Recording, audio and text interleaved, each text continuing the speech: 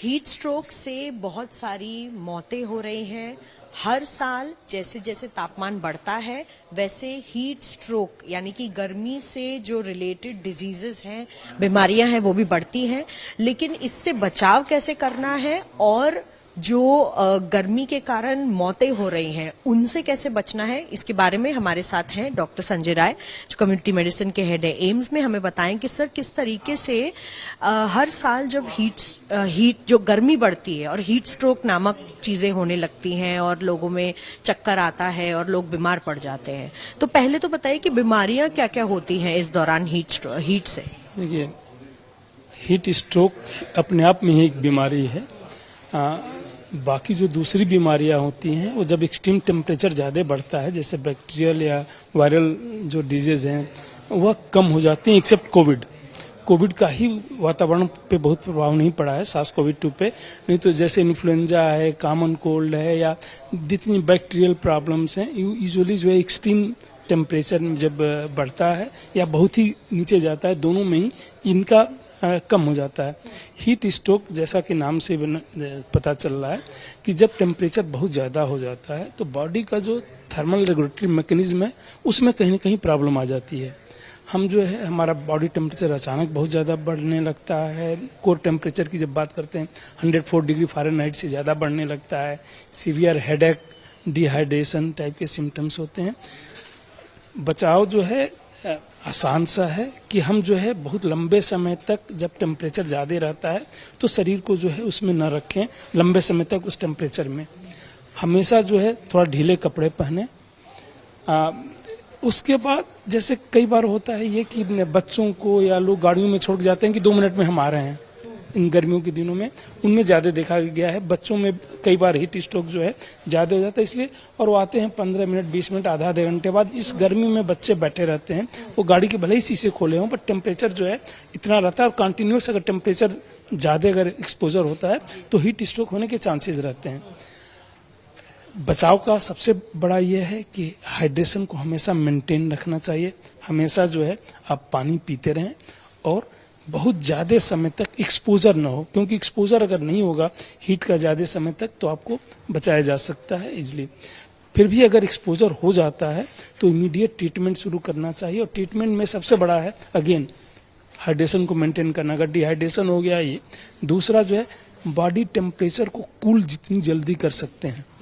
तो इसके लिए जो है हेल्थ एजुकेशन का इसीलिए मटेरियल है, हर जगह आप देखें तो डिस्प्ले है। हमारे एम्स में ऑलमोस्ट ओपीडी से लेके हर जगह कैसे बचाव किया जाता है, और अगर फिर भी हो गया तो पहला है कि बचाव करना कि हीट स्ट्रोक ना हो। अगर हो भी गया तो इमीडिएट आप खुद डायग्नोस करें और उसके बाद जो है उसको जाके जो है उसका तुरंत ट्रीटमेंट शुरू कर दें। कुछ तो सेल्फ ट्रीटमेंट होगा, फिर भी वो नहीं संभलता है तो आपका जो है हॉस्पिटल हो सकता है एडमिशन की जरूरत पड़ जाए। और कोल्ड रखना, एसी है एसी में चले जाइए, बॉडी को बिल्कुल ठंडे पानी में जो है, इवन जो रिकमेंडेड है टब है, अगर आइस टब रख के उसके अंदर जो है खुद जो है कुछ देर बैठे, हो सकता है शिवरिंग और ये सब हो, लेकिन फिर भी जो है उससे जो है जल्दी से जल्दी लाइफ बचाई जा सकती है। कई बार जो है लाइफ थ्रेटनिंग हो जाता है, मतलब जानलेवा भी सिद्ध हो सकता है। उसको हमें इजीली जो है जितना जल्दी हम ट्रीटमेंट शुरू कर देते हैं उतना जल्दी बचाया जा सकता है। सेल्फ डायग्नोज की बात आपने की, सेल्फ डायग्नोज कैसे करें कि किसी बच्चे को हीट स्ट्रोक हुआ है या किसी इंसान को हीट स्ट्रोक हुआ है? पहला है उसमें कि हम हिस्ट्री लेते हैं कि क्या अभी कोई एक्सपोजर तो नहीं हुआ, क्योंकि इस समय सीजन पे डिपेंड करता है। हीट स्ट्रोक हम उसी समय करेंगे जब गर्मी का सीजन हो। अब जाड़े में हम हीट स्ट्रोक की ये नहीं लेते हैं, क्योंकि सिम्टम सेम हो सकता है जाड़े में भी, कुछ किसी और प्रॉब्लम से भी गर्मी में। हाई ग्रेड टेम्परेचर कई कारण से हो सकता है। आपको जो है इवन डेंगू में भी हाई ग्रेड टेम्परेचर हो जाता है, फीवर होता है, मलेरिया होता है उसमें हाई ग्रेड होता है, बट उसमें जो है आपको हिस्ट्री नहीं मिलेगी उसकी एक्सपोजर की।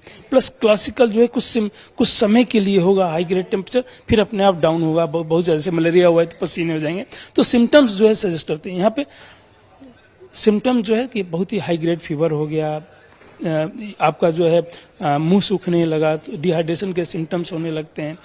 ज़्यादा अगर प्रॉब्लम होती है तो इवन जो है रीनल फंक्शन भी इम्पेयर्ड हो जाता है। तो इस जो सेल्फ डायग्नोसिस की बात है, डॉक्टर डायग्नोसिस करता है तो खुद आदमी को लगता है कि हम इतने दिनों देर तक जो एक्सपोजर हमारा हुआ है, क्योंकि हीट स्ट्रोक तभी हुआ जब एक्सपोजर होगा। अगर एक्सपोजर नहीं हुआ है तो हीट स्ट्रोक के चांसेस नहीं है। तो एक तो हुआ है, प्लस सिम्टम्स अचानक जो है हीट एक्सपोजर के बाद आपका अगर टेम्परेचर बहुत ज़्यादा हाई ग्रेड फीवर हो जाता है, आपको जो है सीवियर हेडेक हो सकता है, सीवियर बॉडी एक हो सकता है।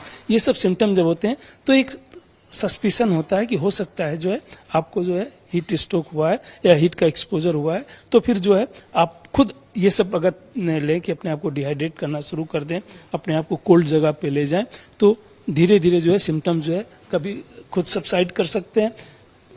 कई बार जो है एंटीपायरेटिक जो है, जो पैरास्टामॉल है, वो काम नहीं करता है। काम आपका जो है कोल्ड में जाने में ज़्यादा जल्दी काम करता है, और हम टेम्परेचर के लिए दवा देते रहते हैं और टेम्परेचर नहीं कम हो रहा है। कोल्ड स्पॉन्जिंग या बिल्कुल कोल्ड जगह पे ले जाना, एसी के अंदर ले जाना, वो जो है ज़्यादा इफेक्टिव होता है। पैरासिटामोल या फिर किसी बुखार की दवाई खाने से। सर, और क्या अन्य बीमारियां हैं जो गर्मी के कारण इस मौसम में देखी जाती है, हीट स्ट्रोक के अलावा?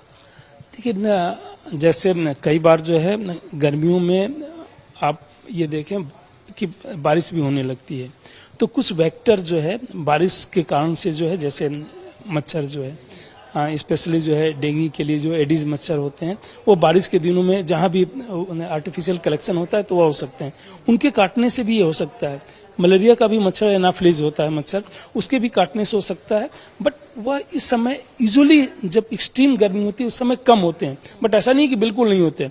डेंगू अभी भी आते हैं, मलेरिया अभी भी आ सकते हैं। टाइफाइड जो है रेनी सीजन में ज्यादा होता है, क्योंकि टाइफाइड जो होता है वो कंटामिनेटेड ये पानी से ही ज्यादा होता है, और उसके चांसेस उस समय जब रेनी सीजन होता है तो बढ़ जाते हैं। टाइफाइड कभी भी हो सकता है, सालों भर हो सकता है, बट अचानक बढ़ना जो है रेनी सीजन में बढ़ जाता है, क्योंकि फीकोरल ट्रांसमिशन इसका होता है। तो इसलिए जो है उस समय, इस समय उतने नहीं होते। इस समय जो है हीट स्ट्रोक सबसे बड़ा प्रॉब्लम है, और बाकी जो सीजनल है वो अगर टेम्परेचर थोड़ा सा लो होता है, आपका रेनी सीजन टाइप का सीजन हो गया, कुछ दिनों के लिए हो गया, तो उसमें जो है वेक्टर्स चूंकि ब्रीड करते हैं और इसलिए जो है होने की चांसेस होते हैं। पेट खराब होना बच्चों का बहुत ज्यादा, क्या गर्मी उसका एक कारण? नहीं, देखिए, डायरेक्ट तो नहीं कहा जा सकता कारण है। पेट यूजुअली खराब होता है तो हमें कुछ ना कुछ जो है उसकी प्रॉब्लम समझनी पड़ेगी क्या है। जैसे पेट खराब होना जो है कुछ ना कुछ कंटामिनेटेड आप ले लिए हैं, कुछ जो है अननेसेसरी ओवर ईटिंग कर लिए हैं, इन सब वो चीज़ से हो सकता है। डायरेक्ट हीट से जो है पेट खराब होने का डायरेक्ट रिलेशन तो नहीं लगता।